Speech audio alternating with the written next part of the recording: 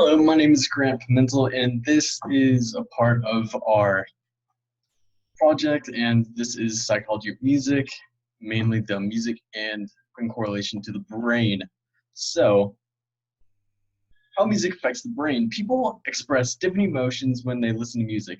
Smiling, laughing, or crying are all common when the songs pique our interest or appeal to our own personal emotions. Listening to music is a common occurrence in our lives throughout the day. And the way that we enjoy music and the way that music makes us listeners feel is a key factor in determining their enjoyment of the music. So, positive feelings. Most music mainly makes us feel good. Positive feelings tend to broaden our mindsets in ways that are beneficial to health and creative thinking. This explains the potential mental health has with the benefits of music. The second slide, also involving positive feelings, is that, for an example, the song Electric Love tends to make me feel upbeat and energetic. And it's a very light song, with the song slowly getting louder as it goes on, making my own energy rise in the process before settling back down. This is repetitive. This happens multiple times throughout the song. It makes me feel inspired and have a sense of positivity around me. The startle effect. So the startle effect, it often includes soundtracks within horror movies, and they're very common when associated with jump scares and frightening moments. We as humans were made for a quick and automatic response to sudden loud noises. From slow music to quick leaps in soundtracks, the music will tend to jump out at you, often when you least expect it, or normally when it's calm and still. In movies such as The Nun and other mainstream popular horror movies, this is very common. You will find that quite often. So being in one with the audio or in sync, and that essentially means it's a source of pleasure. It's something that we can be happy from. It can elicit all types of emotions that we end up just channeling within ourselves. And it can mainly be an urge just to move our bodies in sync with the beat, in sync with the music or the lyrics. And so music, it can attract us or draw us in. It could be from the voices of the singer or the beat behind the song itself. And once we find all that, it's a pattern that it's very, very difficult to break away from. For myself, Yoko Ono, which is by Moby Rich, and it is a prime example of a type of song that elicits that type of response from me, with the artist's voice and the bass of the song pounding behind it, laying down and closing your eyes, listening to this. It's it's a treat. It's a great example. It's something that can end up impacting you. I know it did for me. And I often find myself swaying to the song or just rocking my head back and forth.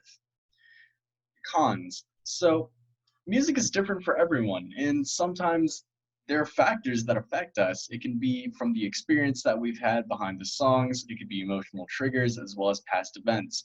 Weddings can be a good example here. Songs during weddings are memorable, and they matter to a wedding couple, or maybe even just one person, the bride or the groom.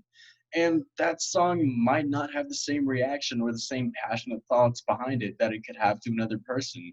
A song that can make me happy could make someone else sad or generate a completely different response. People with depression, there was a study done, and it's that it can generate positivity while listening to sad music. It's often used as a coping mechanism in an attempt to feel better. Mental illness can also be a factor in different approaches in music, especially the type that we listen to.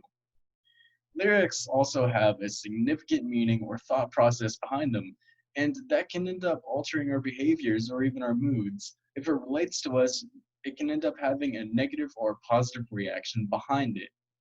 That is mainly from the word choice that ends up being used or the beat behind it. Anything in a song can be a factor in how we feel, and it will always be different or even the same, very rarely. My own personal thoughts on this is that, as stated in cons, music will affect each and every one of us differently. A song that can be impactful to me personally may not even scratch the surface of someone else. We'll have our own unique tastes and feelings that we can associate our own music with. Music can have a positive or negative reaction to our emotions, depending on the assortment of factors that we have provided for us, mainly in our own mental state, in our own heads. And it's to our own preference on what we like, the type of music that we listen to.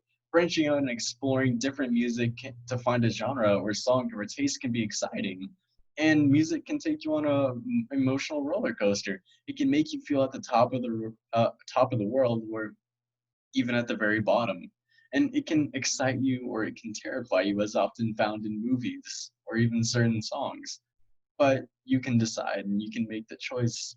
And when you do, just go with it. And maybe you'll find something that you truly like and enjoy and can wrap yourself into.